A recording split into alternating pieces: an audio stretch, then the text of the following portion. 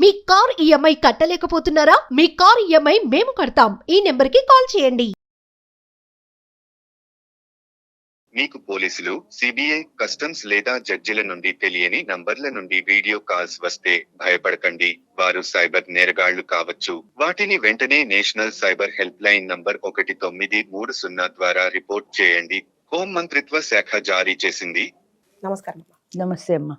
అమ్మా, ఇప్పుడు ఎక్కువగా సైబర్ క్రైమ్ మనం వింటూ ఉన్నాం. అవును. అంటే మీ ఏజ్ గ్రూప్ వాళ్ళని, అంటే అవును, దాదాపుగా ఎక్కువ సీనియర్ సిటిజన్స్ టార్గెట్ చేస్తున్నారు. అంటే వాళ్ళకి కాల్ చేసేసి మొత్తం డీటెయిల్డ్ గా మీ ఆధార్ కార్డు మా దగ్గర ఉంది, అవును, తర్వాత మీ పిల్లలు ఎవరైనా అబ్రాడ్ లో ఉన్నారా, అవును. అసలు ఎవ్రీథింగ్, అంటే మీరు ఒంటరి వారు, అది మీరు తెలియగానే. ఇద్దరు అవును. వైఫ్ అండ్ హస్బెండ్ ఉంటే వాళ్ళిద్దరే ఉంటున్నారని తెలుసుకున్న వాళ్ళకి టార్గెట్ చేసి మీ అవును. ఆధార్ కార్డు మా ఎవరో యూజ్ చేస్తున్నారు, దాని అవును. మీద ఇల్లీగల్ యాక్టివిటీస్ నడుస్తున్నాయి అని చెప్పేసి చెప్తున్నారు. అవును. ఇలాంటి వాటిపైన ఏంటి అసలు మీ దాకా మీ దృష్టికి ఏమైనా వచ్చిందా? నాకు కూడా ఒకసారి ఈ అనుభవం అయిందమ్మా.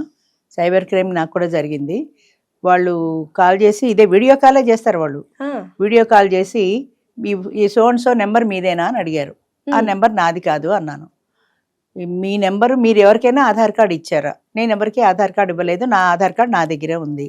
మీ ఆధార్ కార్డు ఎప్పుడో ఎవరికో ఇచ్చి ఉంటారు, దాంతో వాళ్ళు ఈ నెంబర్ తీసుకుని దాంతో ఇల్లీగల్ యాక్టివిటీస్ చేస్తున్నారు. మీరు బాంబే వచ్చి మాకు రిపోర్ట్ చేయండి అన్నాడు. నేను ఎక్కడ దీనికోసమని బాంబే వస్తానయ్యా, నేను ఆ నెంబర్ నాది కాదు, నాకు సంబంధం లేదు అన్నాను.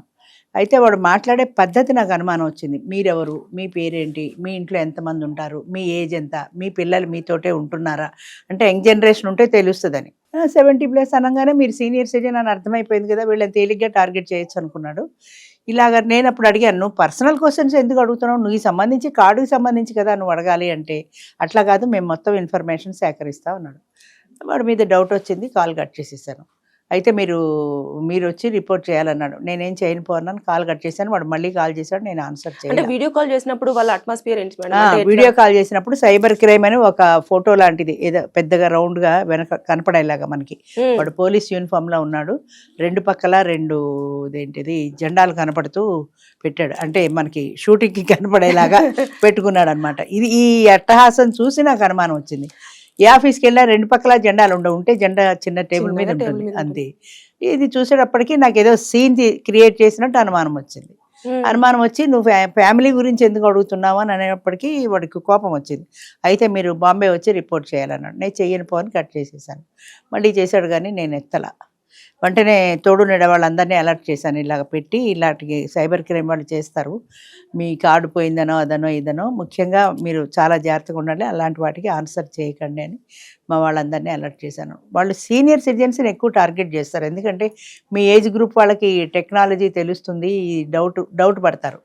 వీళ్ళైతే ముసలోళ్ళు అయితే మొన్ననే ఎవరో పంపించారు, అదేంటంటే ఆయనకి ఎవరికో ఫోన్ వచ్చింది, ఏమన్నా మీ కొడుకు యాక్సిడెంట్ అయింది, మీ కొడుకు పేరు ఇదేనా అని అడిగారు. ఇదే అన్నాడు ఆయన. రోడ్ యాక్సిడెంట్ అయింది, మీ అబ్బాయి హాస్పిటల్లో ఉన్నాడు, ఆ అబ్బాయికి బిల్లు కట్టాలి, డబ్బులు పంపించండి.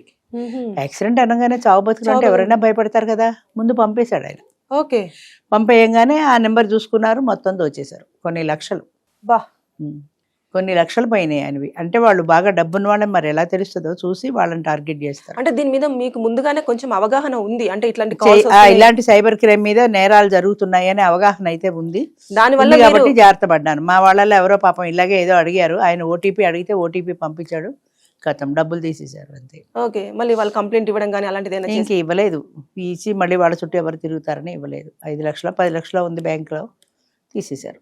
అంటే ఇప్పుడు మేడం మీరు చెప్పారు కదా, పోలీస్ అంటే ఇక్కడ సైబర్ క్రైమ్ అని చెప్పేసి వెనకాల ఒక బోర్డు పెట్టేసుకొని రెండు జెండాలు పెట్టేసుకొని, అంటే మీకు భయం వేయలేదు? అంటే నా కార్డు మీద ఎవరు చేశారు ఇట్లా? ముందు భయం వేసింది, ఈ అట్మాస్ఫియర్ చూసిన తర్వాత డౌట్ వచ్చింది. ఈ 2 జెండాలు పైన సైబర్ క్రైమ్ ఫోటో, వీడు పోలీస్ యూనిఫామ్, మామూలుగా పోలీస్ యూనిఫామే వేసుకుంటారు, సైబర్ క్రైమ్ ఫోటో కూడా ఉండొచ్చు. 2 జెండాలు చూసేటప్పటికి నాకు అనుమానం వచ్చింది. అంటే ఏమి యాక్టివిటీ జరుగుతుందని, అంటే డబ్బులు ఏమైనా లోన్ తీసుకున్నారనా, లేకపోతే క్రైమ్ జరిగిందనా, లేకపోతే సోషల్ ఎలిమెంట్ అని చెప్తారు, ఇది అదేం లేదు. మీ కార్డు మీద నేరాలు జరుగుతున్నాయి, యాంటీ సోషల్ యాక్టివిటీస్ చేస్తున్నారు వాళ్ళు, అంటే ఏదైనా కావచ్చు కదా యాంటీ సోషల్ యాక్టివిటీ. మనం భయపడతాం సహజంగా, ఏమో ఎప్పుడెవరికి ఇచ్చామో, మనకి బతి లేదు, ఏమో పెద్ద వయసులో ఏం చేశామో అనే భయంలో ఉంటారు పెద్దవాళ్ళు.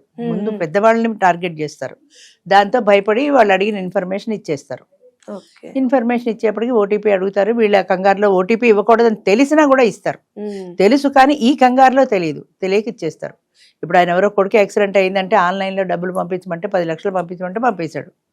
Okay. అంతే, ఆన్లైన్లో ఎప్పుడైతే పంపించాడో అకౌంట్ నెంబర్ తెలిసింది, మొత్తంతో వచ్చేసారు. ఇలాంటి మీరు ఇచ్చే మెసేజ్ ఏంటి మేడం? అంటే చాలా మంది ఇప్పుడు ఈ సైబర్ క్రైమ్ వాటికి అంటే ఇట్లా ఫోన్లు చేయంగానే ట్రాప్ అవ్వడం కానివ్వండి, ఎమోషనల్ గా బ్లాక్ మెయిల్ చేసేస్తే దానికి అట్రాక్ట్ అవ్వడం కానీ జరుగుతుంది. కాబట్టి మీరు ఇప్పుడు చూస్తున్న ఈ వీడియో చూస్తున్న వాళ్ళకి ఇచ్చే గుడ్ మెసేజ్ ఏంటి మేడం? పిల్లల కంటే పెద్దవాళ్ళని, అందులో సింగిల్గా ఉన్న వాళ్ళని ఎక్కువ టార్గెట్ చేస్తారు. కాబట్టి మనం జాగ్రత్తగా ఉండాలి. వాడు అడిగే ప్రశ్నల విధానం మనకి తెలిసిపోతుంది. వాడు ఎంతసేపు మీరు ఏ యాక్టివిటీ చేస్తున్నారంటున్నాడో దాని గురించి మానేసి మీ పర్సనల్ ఎప్పుడైతే అడుగుతున్నాడో అప్పుడు డౌట్ రాదు కదా, మన పర్సనల్తో వాడికి ఏంటి సంబంధం, ఏదో చెప్తాడు మొత్తం ఇన్ఫర్మేషన్ తీసుకుంటున్నాను, కానీ వాడి ఇంట్రెస్ట్ అంతా దీని మీద ఉంది. వీళ్ళు ఒక్కళ్ళే ఉన్నారా, వీళ్ళని మనం తేలిగ్గా పటాయించగలమా, వీళ్ళని టార్గెట్ చేయగలమా అన్న దాని మీదే వాడి దృష్టి ఉంటుంది.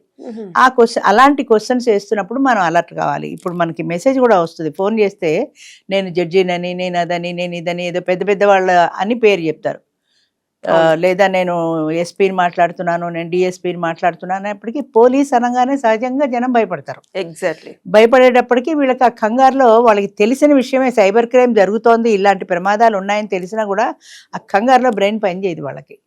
దాన్ని అదే అవకాశంగా తీసుకుని వాళ్ళు చేస్తుంటారు. అని చేత ఎట్టి కంగారు పడకుండా నువ్వేంటి ప్రూఫ్ చూపించి నాకు, అసలు నీతో మాట్లాడమే అనవసరం కదా అని మనం కట్ చేయాలి.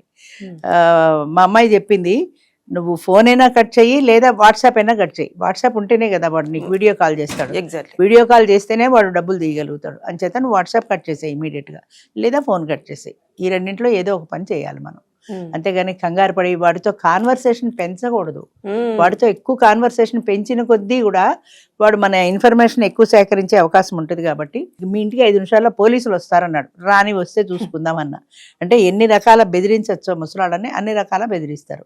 వస్తే చూసుకుందాం, ఏం చెప్తావు, మా అయితే నా పోయింది అన్నారు, వాడోడో నాకు ఫోన్ చేశాడు, అంతకంటే ఏం కాదు కదా, వస్తే రాని అన్న ఫోన్ పెట్టేసా, ఇంతవరకు ఎప్పుడు రాలా. అప్పుడు అర్థమైంది అది సైబర్ క్రైమ్ అని. సో ఇలాగా జరుగుతుంటాయి. ముఖ్యంగా సీనియర్ సిటిజన్స్, ఒంటరిగా ఉన్నవాళ్ళు మరీ జాగ్రత్తగా ఉండాలి. ఏ కాల్, కొత్త కాల్స్ వస్తే అసలు ఎత్తకూడదు. దురదృష్టం ఏంటంటే నాకు తోడు నీడలో వచ్చే కాల్స్ అన్ని కొత్తవే ఉంటాయి కదా. ఏ కాల్ వచ్చినా మీరు ఎక్కువసేపు వాడితో మాట్లాడకూడదు.